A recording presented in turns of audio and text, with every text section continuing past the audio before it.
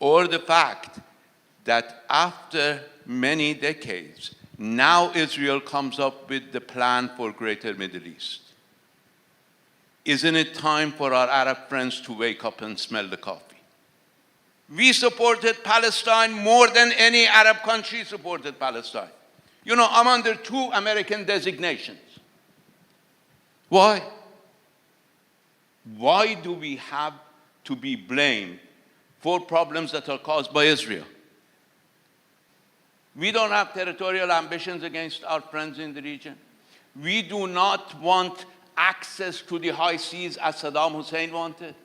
Europe proved to be shooting itself in the foot in order to please the United States. Every time, my friend, every time, You don't need to shout. every time we went to Relax. talk about the Arash oil field, it was Kuwait that refused to talk, not Iran. Relax. Let's be realistic. We've had ups and downs in our region. There was time when Iran was under attack by Saddam Hussein. Everybody was helping Saddam Hussein, and Iran was on the verge of collapse. I remember, I mean, some of you may not be old enough to remember that, but I remember when Iraq invaded Iran, everybody expected us to go down the drain in 7 days. That is why the Security Council waited for 7 days before it issued its first resolution on Iran after it failed. That wish that we would just expire. It didn't. Now, we've had our ups, and certainly today is not one of our ups. But does it remain the same? I don't think so. Iran has went through storms for almost 7 millennia. We've been invaded, we've been occupied, but we never went down the drain. We are still standing up, and we will continue to stand up. 2 nuclear powers, let's not forget, 2 nuclear powers attacked Iran without any excuse even, without any justification. They were hoping, as we all know, that by the Monday that Israel attacked our broadcasting as well as our National Security Council, that we would be gone. Everybody expected that after the first few minutes of the war, where we lost 17 highest military commanders, that we wouldn't be able to withstand.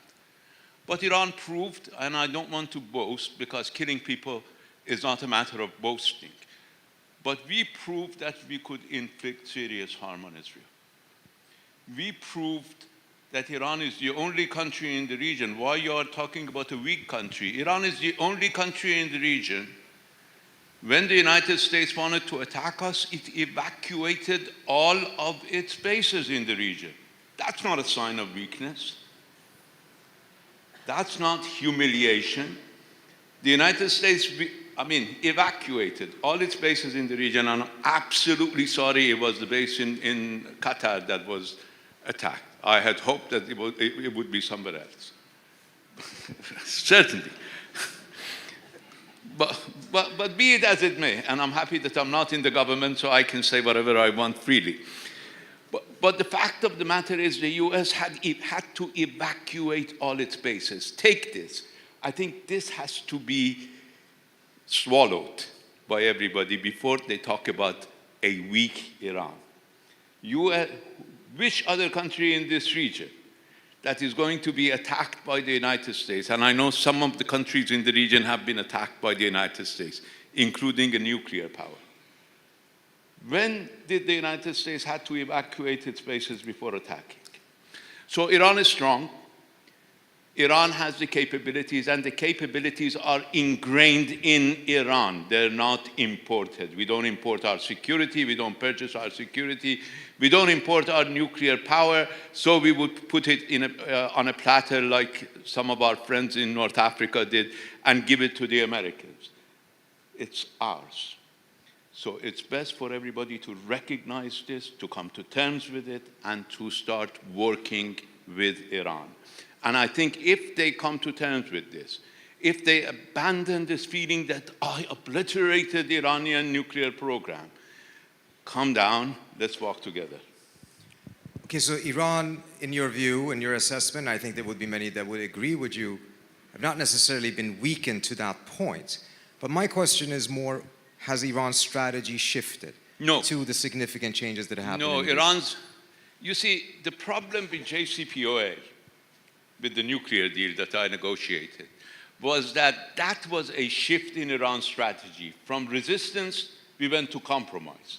And that's why it faced so much opposition in Iran. You see, both Iran and the United States basically did something that they were not used to. We're used to resisting, the Americans are used to imposing. So we faced the greatest opposition in Iran, and the Americans faced the greatest opposition in the United States because they could not impose the nuclear deal, and we did not resist any deal that was offered to us. So that we are back to the resistance strategy, which we are used to. We're very good at it. It may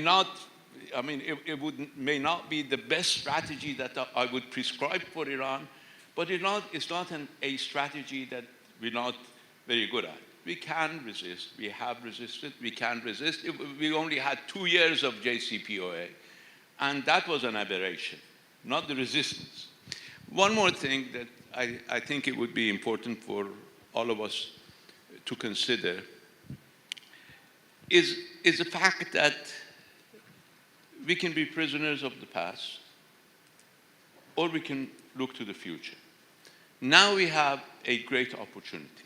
I was in lunch upstairs, and they were talking about the problems in Syria, the problems in Palestine, and you know, nobody mentioned Iran.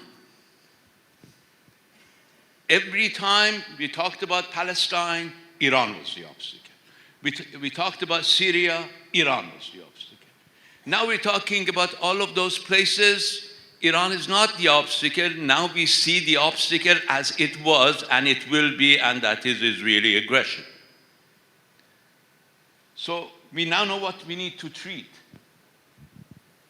That is the malady of our region, and that malady needs to be treated. A regime that considers itself above the law, above international law, above humanitarian law. A regime that now goes on to publish maps. You've seen the maps of Greater Israel. A regime that publishes maps that includes countries in the region, entire Syria, entire Jordan, half of Iraq, parts of Saudi Arabia. That was always the problem, but we managed to make ourselves the problem. So thanks God we're no longer the problem. Look at the real problem. Unfortunately, and with all due respect, everybody in Iran has lost faith with Europe. Because Europe proved to be shooting itself in the foot in order to please the United States. Europe, the exercise of the so-called snapback, I say so-called because you search the entire JCPOA, the entire 2231, and you won't find the word snapback. Not because we didn't think of it, because if you look at the documents that are all reflected in my book, you see the word snapback, but we managed to remove it. It's called dispute resolution mechanism. And Europe had no right, and it knew that it had no right. Even Joseph Borrell had to withdraw the letter that it circulated on behalf of the EU on the dispute resolution mechanism, because Iran had invoked the dispute resolution mechanism from 2nd September 2016, that is, while Obama was still in office. But Europe decided, admittedly, to follow American instructions to invoke Article 36 of the JCPOA.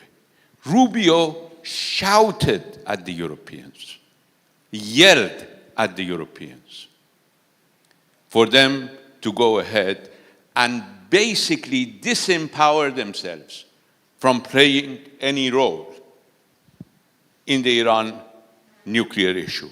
The Europeans could have held the most important role because US was not part of the JCPOA.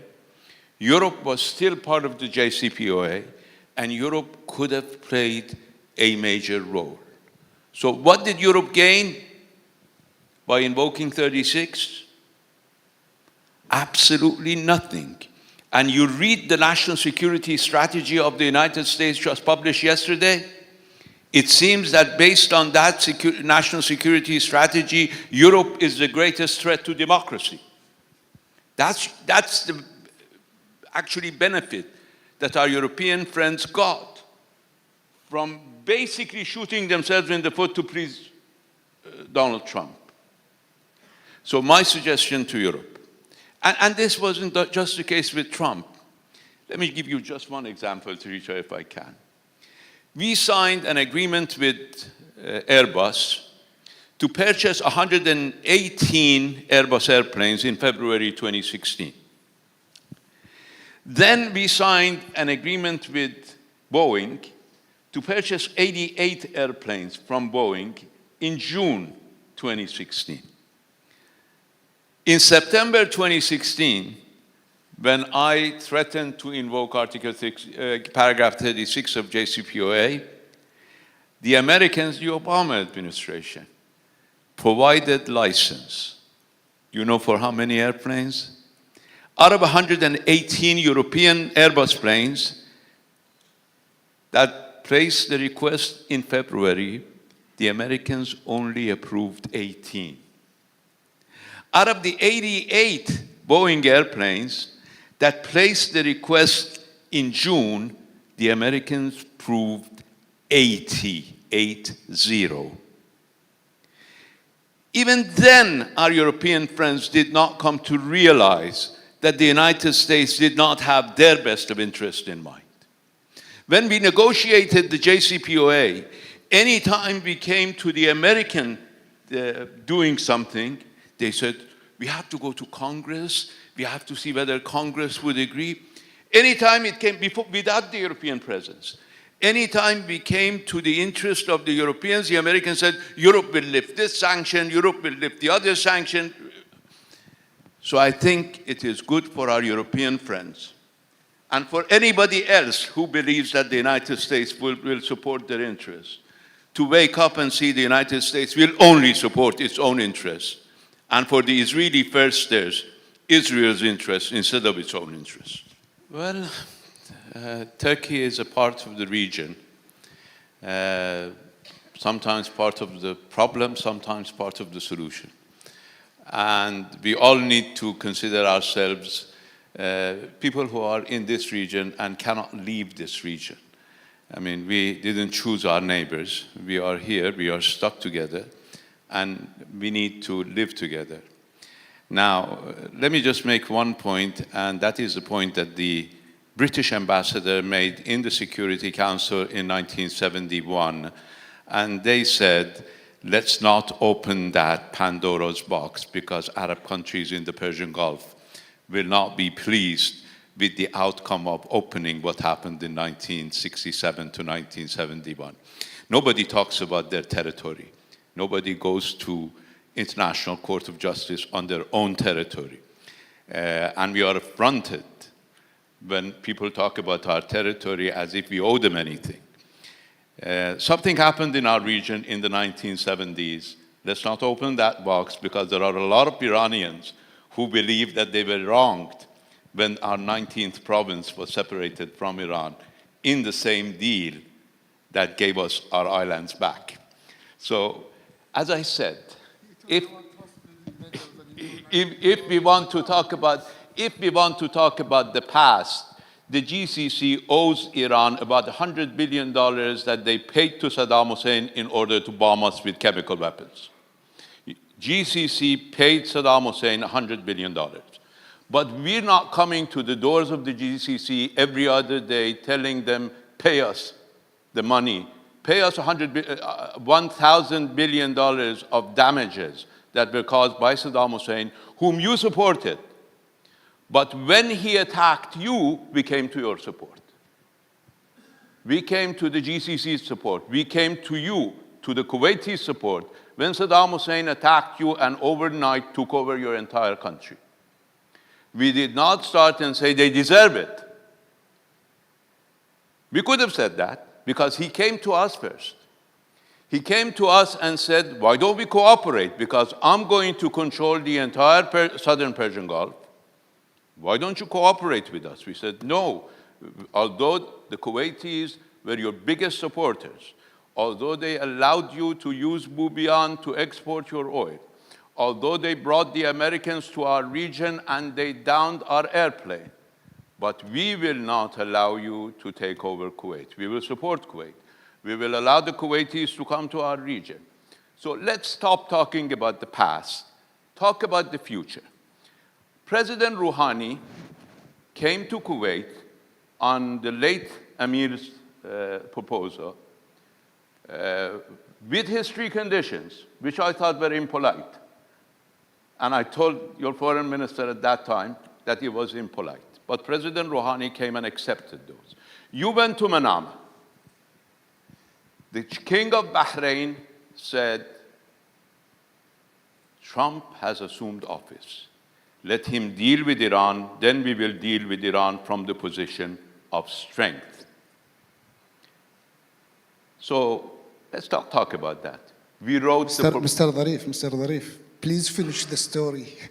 While Kuwait was... That was the story that Kuwait made. You see... See, I didn't interrupt you. That was the story. I listened to you, my brother. Do you remember the Abdeli listened to you. that we caught in Kuwait while we were trying to help out story, and make... What do you mean Kuwait made? What do you mean? That story belonged to the Iraq war.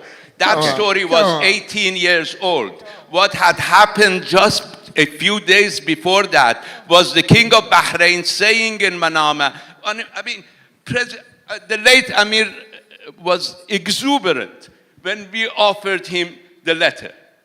But then he went to Manama and the King of Bahrain... That's not correct, my friend. That's not correct. We stopped the mediation because of the Iranian cell that was... That was your excuse, my friend. Not mine. That was the excuse, the reason... The reason... I'm going to pause this at this point because we need to move forward, and everyone says we need to look forward, and we're looking backwards right now. I saw there was a young lady over there who wanted to ask a question. There is one thing you have to know. This is frank discussion among brothers. And this is how we should talk with each other in order to resolve. We have a wonderful relationship with Iran, and we want to have a wonderful relationship with Iran. Let's not talk about the past. Okay. We have three offers on the table. Hormuz Peace Endeavor, MENARA, Middle East Network for Atomic Research and Advancement, and we have Mawadda, Muslim West Asia Dialogue Association. I want to hear somebody from the GCC proposing another proposal other than give up your territory. Well, in 1991, and I want to quote Terita's entry in the Encyclopedia Iranica, which he wrote with David Menashiri, an Israeli. And you know, Dr. Terita Parsi is an expert on Israel-Iran relations. So in his entry in Iran, in Encyclopedia Iranica, he says, with David Menashiri, who's an Israeli and not a supporter of Iran, that when in 1990, Israel decided to start the talks with the Arabs, the Madrid talks and the Oslo talks, Prime Minister Rabin decided to replace the enemy in order to convince the Israeli populace that it needed to talk to the Arabs. And that enemy was Iran. So Israel started securitization of Iran, first inside Israel, in the first half of the 90s, then internationally. Netanyahu went to US Congress in 1997 and stated before US Congress in 1997 that Iran was 3 years away from a nuclear bomb, and before the turn of century, Iran would have a nuclear bomb. That was the securitization in the international community. Then, in order to subvert the resistance in the region, the United States came to the region, Secretary Clinton, I think, and it was Condoleezza Rice, creating the coalition of the moderates in the region, portraying Iran as the enemy instead of the Israelis. Now, Iran, as they say, are friends in Hezbollah, are involved with their own security. Hamas, Islamic Jihad, have their own trouble. Why is it, as you say, the problems in the region persist? Is Gaza genocide our fault? Or the fact that after many decades, now Israel comes up with the plan for Greater Middle East? Isn't it time for our Arab friends to wake up and smell the coffee? We want to work with the Arabs. We have paid a heavy price. I tell you, not a single shot has been fired in the past 45 years by any of our so-called proxies in order to advance our interests. They have been fighting for their own interests, and we have been paying. Iran has paid, and we are resentful to our Arab friends because we supported the Arab cause more than the Arabs did. And we get to be blamed. We supported Palestine more than any Arab country supported Palestine. You know, I'm under 2 American designations. Why? Why am I under 2 American designations? Personally, did I kill anybody? No, just because Netanyahu wanted me to be under American designation. So which Arab is under American designation because of Netanyahu's request? Tell me, why do we have to be blamed for problems that are caused by Israel? Our friends in the region have everything to gain through cooperation with Iran. We have no desire. We are the biggest country in the region. We have no territorial ambitions against our friends in the region. They're talking about our territory. We're not talking about their territory. We don't have territorial ambitions against our friends in the region. We do not want access to the high seas as Saddam Hussein wanted. We do not have, every GCC country has territorial disputes with each other.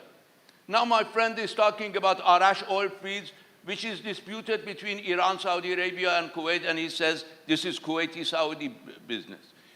Why is it Kuwaiti-Saudi business? Because you say so. This is... Because international law says so. No, not because international law says so. Every time, my friend, every time, you don't need to shout. Every time we went to talk about the Arash oil field, it was Kuwait that refused to talk, not Iran. Relax.